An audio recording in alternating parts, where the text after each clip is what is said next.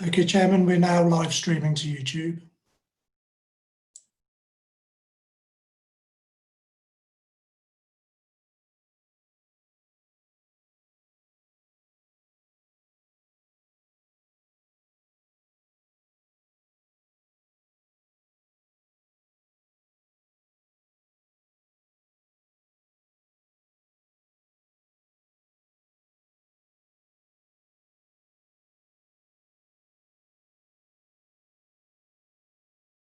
Evening. Let's just, welcome to all councillors and members of the viewing public to the first meeting of the Northamptonshire Shadow Executive Committee. Before we get into the business of the agenda, Ben Smith, Joint Democratic Services Manager, would like to draw our attention to a drafting error against item 6. Ben? Thank you, Chair. Just to inform, the title for item 6 on the agenda references West Northamptonshire Shadow Authority task and finish groups rather than North, as it should have done. Apologies for the error. No problem.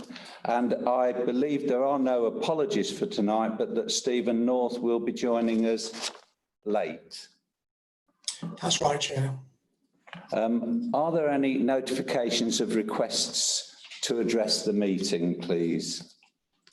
Chair, we have received 2 requests.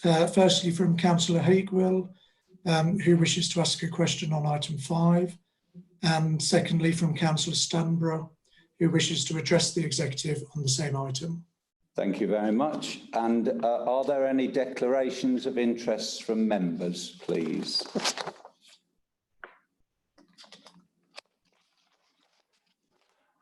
Well, before we get into the agenda, I'd just like to make an announcement before moving on to the reports to be considered. Please will councillors note that there is a 3-minute limit for each speaker when called. Thank you. So we go to item 5. Please could I ask Andrew Hunkin, Enabling Lead for Legal and Democratic, to introduce this report. Andrew. Thank you, Chairman. So the purpose of this report is to set out for approval the terms of reference for the Joint Implementation Executive.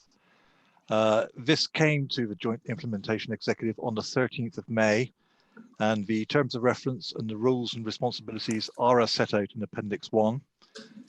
They include the purpose of the JIE, which is to provide the overall strategic direction and leadership to the programme, the role of the JIE, the membership and the supports which will be coming from officers, a number of objectives focusing on the formal governance of the creation of the North and West Unitary Councils, and then the ways of working in that the JIE will operate with agendas and will commission, consider and review reports, and at the end of each meeting agree on communication statements. It sets out the frequency of meetings, and monthly meetings are proposed. The terms of reference then go on to set out the various responsibilities, and there are a number there, as you would expect, and the terms of reference are there now for discussion. Thank you, Chairman. Thank you. I believe I've got a mover, Councillor Griffiths. Is that correct? Yes, delighted to move the report as detailed, Mr. Chairman. And I have a seconder, Councillor Jelly. Yes, thank you very much, Chair. I'm happy to second this report going forward. Thank you. Right, thanks. I have received 2 requests to address the executive on this item, which I'm happy to receive. So, Councillor Hakewill, you have submitted 5 questions that you wish to ask the executive on this report. You will be aware that under the Constitution that you are only permitted to ask 1 question. Additionally, apparently the first question exceeds the word count and was not submitted, providing 3 clear days. However, this being the first meeting of the executive, I shall exercise my discretion as chair to allow the first question to be asked. In relation to the other 4 questions, we shall provide written response. Councillor Hakewill, would you like to ask your question? Indeed, I would.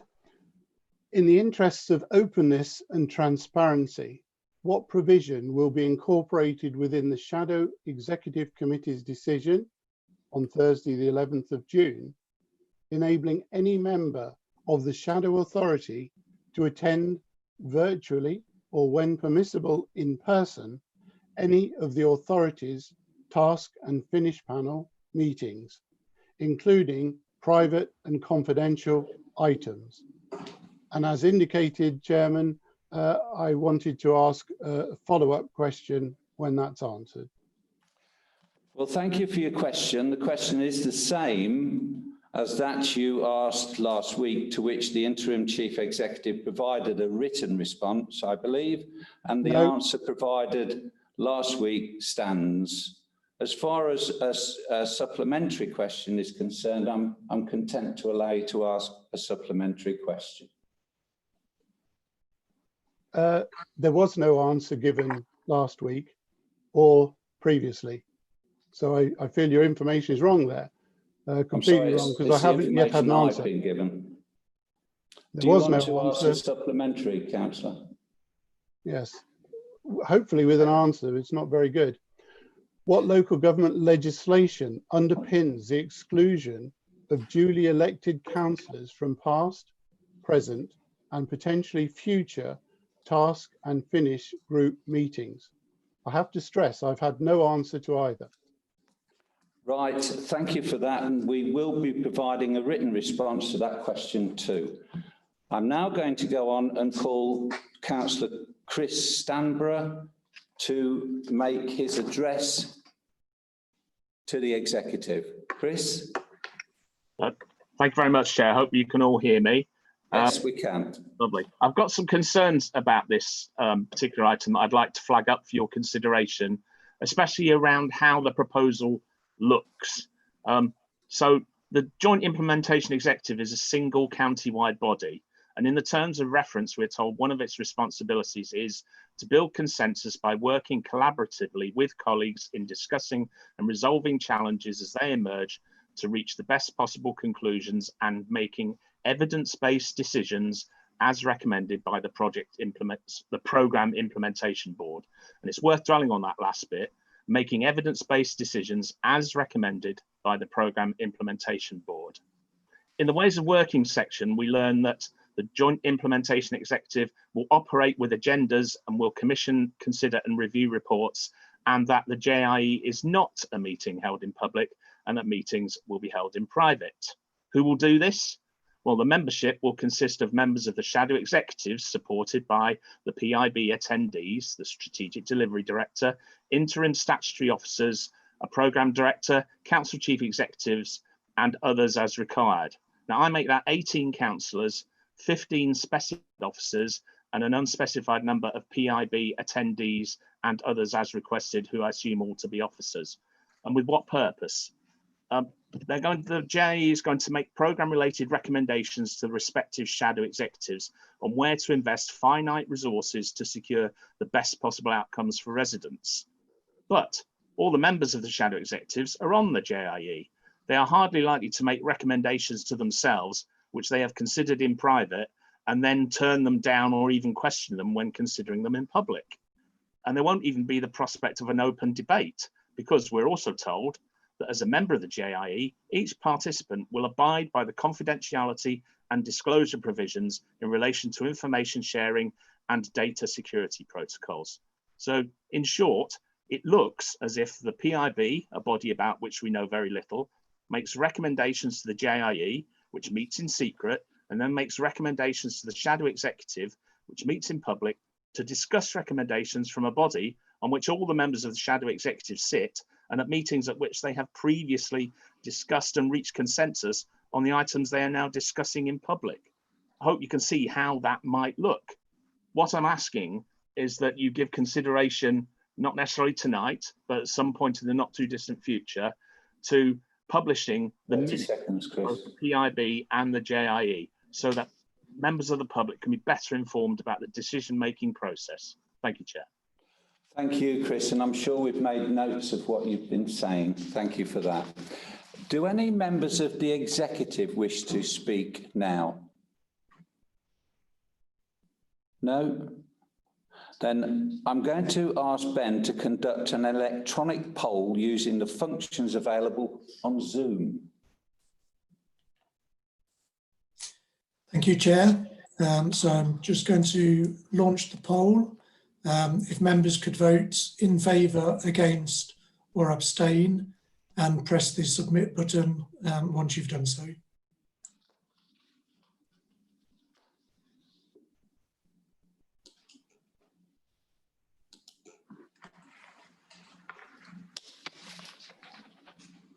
I should say that the poll is coming up in front of my screen as well.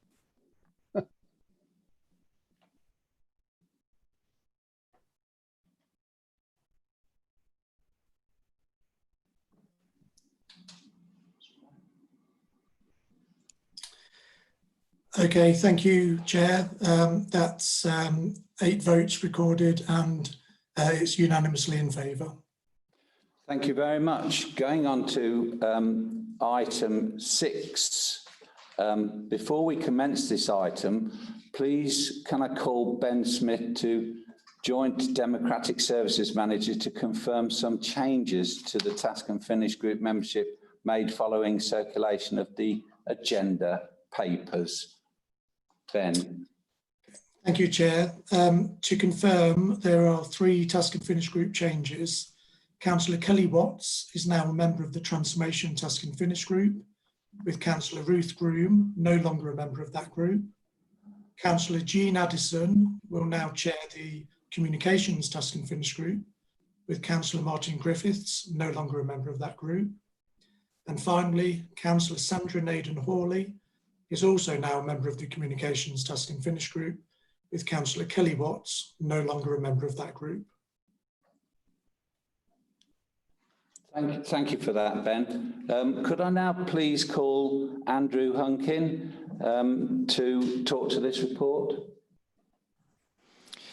Thank you, Chair. So this report sets out the terms of reference for the Northamptonshire Shadow Authority Task and Finish Groups.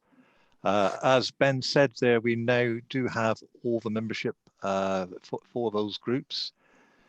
Each terms of reference sets out the purpose of the Task and Finish Group, its terms of reference, key dates, membership, and the officers who will support that. And just to be clear, there are 11 Task and Finish Groups, and they are as set out in the report at 3.15. I would just like to make the point that the Civic Functions terms of Task and Finish Group and the Equalities Task and Finish Group do have the same members on them and are chaired by the same member, but they are dealing completely different tasks and will be supported by different officers as well. So those are 2 Task and Finish Groups. Hopefully, once we've approved this tonight, we will be contacting the chairs tomorrow in order to set up the first meeting of the Task and Finish Groups. Thank you, Chair. Thank you, Andrew. I believe that Councillor Jelly is moving this. Thank you very much, Chair. I'm happy to propose this report for approval by the Executive. Thank you, Chair. And I believe I have Councillor Griffiths seconding this. Delighted to second the report. Thank you very much. Does any member of the Executive wish to say anything on this? I'm therefore going to ask Ben to do a... Excuse me. Councillor Tom Beattie would like to speak. Tom Beattie. Yeah. Yeah. Thank you. I did. Thank you. I did raise my electronic hand, so I hope obviously someone saw that. Just a question of clarification, really, because initially the Task and Finish Groups were 10, which mirrored the 10 members of the Executive. and civic functions and equalities were initially the same, one and the same. And I understand that the same members will be on the two task and finish groups, and they'll be chaired by the same person. But I would like an explanation as to why what had been one task and finish group covering both those areas is now two. I'm sure there's a logical explanation, but I just haven't heard it. Thank you. Andrew. Chair, yes, if I may, those two task groups were shown together in the first instance, but as we were working through it, it became obvious that the tasks would be completely different. Civic functions is a lot different than the equalities work. And as I said earlier on, it will require different officers in order to be able to support that. But we do have the same membership there, understanding that we only have 10 chairs available to deal with 11 task groups. Thank you, Chair. Thank you. Councillor Jason Smithers.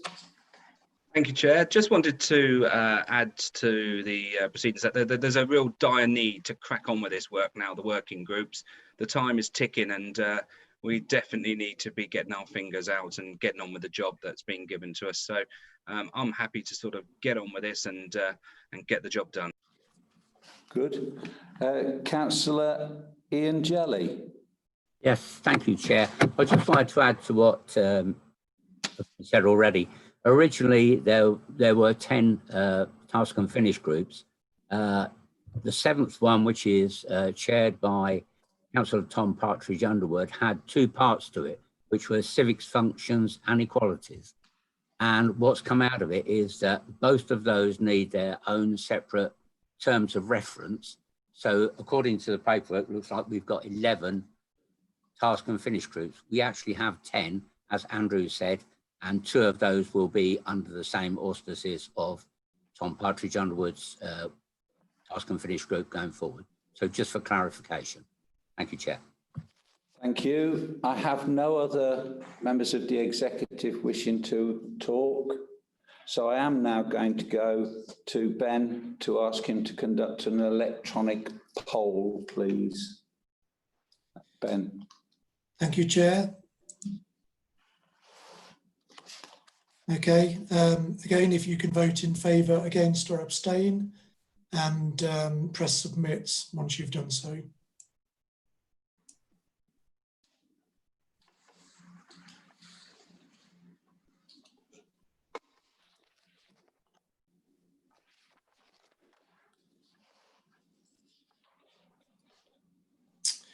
Thank you, everybody. Chair, that was a unanimous decision, 10 voting in favour. Thank you, Ben. We're now going to move on to item 7, and I'm going to call on Marie Devlin Hogg, but I believe she's coming in on phone because of problems with connections. Hello, Chair. Can everyone hear me? Yes. Ah, perfect. Thank you, Chair, and good evening, councillors. Good evening. Item 7 provides an update for the Shadow Executive on the recruitment of permanent statutory officers. The paper notes that following agreement with leaders, a national recruitment campaign is underway, and that's supported by our executive search partner, Penna. We have 4 statutory roles that are currently being advertised for the North, as highlighted in the report, and we are also advertising a shared director of children's services that will sit across both unitary authorities and will have oversight of the Children's Trust. The national campaign was launched on the 28th of May and featured a full 2-page spread in the MJ and also online, a dedicated microsite, which is the go-to place for candidates to find out more about the roles and also to submit their interest and, of course, their applications. I think it's important to note, as the paper does, that prior to the roles being advertised externally, Councillor Roberts wrote to existing statutory officers within the districts and boroughs and also the county to encourage them to apply for these roles and to offer support for them to do so. Work is also underway to develop training for those members who will be involved in the recruitment and selection process. And finally, a high-level timetable that has been developed, and the next steps will involve the Senior Appointments Task and Finish Group. I'm pleased to say the first meeting in the north of the Senior Appointments Task and Finish Group has been scheduled for Monday. And this group will obviously refine the timetable and also the process that we follow in terms of the recruitment. Thank you, Chair. No, thank you. I believe Councillor Wendy Brackenbury is moving this report. Thank you, Chair. I'm very happy to remove this report and that we note the progress made in the next steps to be taken through the recruitment process. Thank you. And that it is seconded by Councillor Jason Smithers. Thank you, Chair. Very happy to second this. Wonderful. Do any of the members of the executive wish to speak? Tom Beattie. Tom Beattie, Tom? Yes, thank you, Chair. I note the report. Happy to support the report and get on with the work of recruiting the senior officers that we need going forward. Last week at the Shadow Authority, we nominated members to sit on the appointments committee. We also have the task and finish group on senior appointments. How will those two bodies work together? Is it expected that they will work together? Are they the same members who are on the committee, also members of the task and finish group? They are the same members, Chair, I believe. They are the same. They are apparently, Tom, they are the same members. So they'll be coming together. Are there any other members of the executive wishing to speak? Right, I will then ask Ben to conduct an electronic poll, please, on Zoom. Thank you, Chair. Final poll of the evening. Again, once you've voted, if you could just press the submit button for me.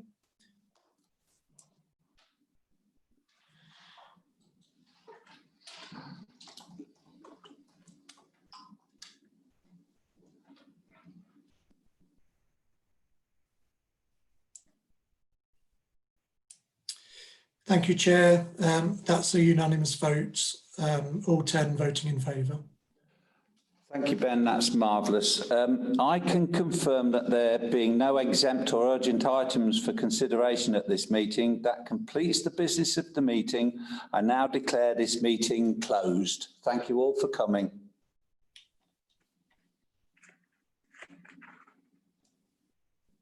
Thank you.